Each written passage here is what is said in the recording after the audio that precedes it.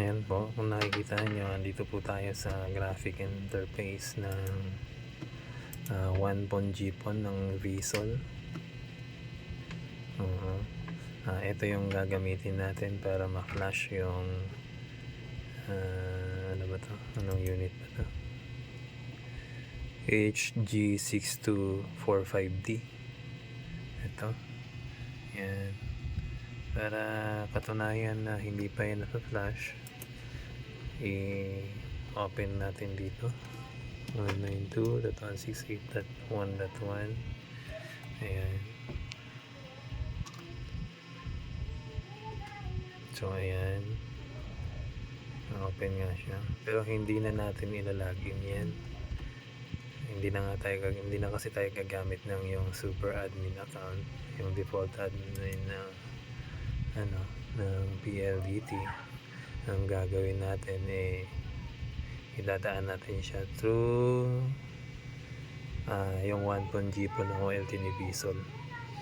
Ang gagawin lang natin, dito tayo sa ONU upgrade. Ayan, ONU upgrade. Tapos dito i-upload natin yung firmware ng yung Brazilian firmware. I-browse natin, na-save ko yun dito sa may desktop. Ito rp2725.bin. Open. Yan, tapos upload. Yan, successful yung upload natin. Tapos dito tayo sa manual upgrade. Yan, isi-select natin yung firmware na gagamitin. Tapos ang titingnan natin dito, merong PON ID, PON 1, wala namang iba kasi 1 PON lang naman siya. Tapos yung UNO ID, dito natin yung makikita sa UNO configuration. Ito, GPon 1, UNO 1. Yan. So balik tayo dun sa config, upgrade, manual upgrade. Tapos i-select natin yung RP2725. Tapos yung unang yung unang uno. Yan. Select natin 1.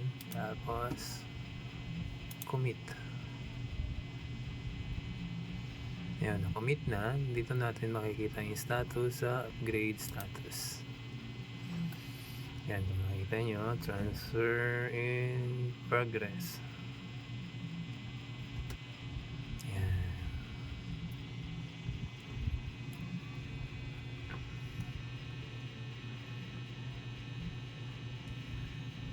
Ito po siya. Ito. Yan, kakabit yung LAN niya sa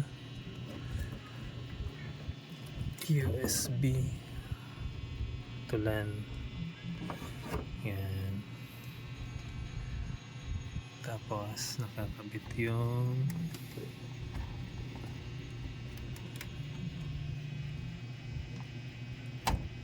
yan. Ayan.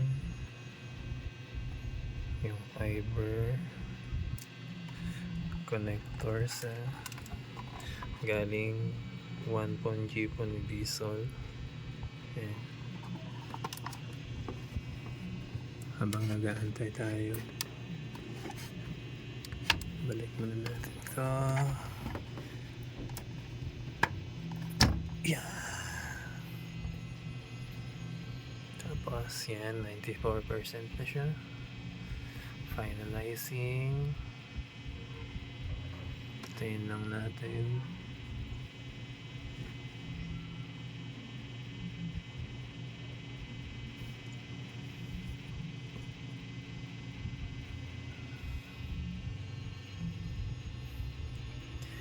Bale, ito na, diretso na.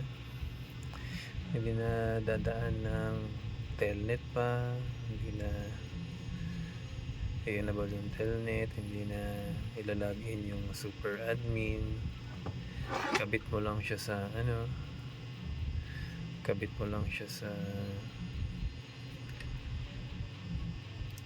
sa splitter or sa kahit doon mismo sa one po ng ng OLT. Ayan, makikita nyo, ayan na activating na siya. Ayan, tapos ayun, ito, ayan, kakaribot lang niya. Ayan, so try natin, process activating siya. Try natin kung tapos na ba siya, na-upgrade na ba siya. Okay, dito tayo sa 192.168.1.1. ayun, diba, napakadali. Ayan, network ID. Yan, diba, simple lang.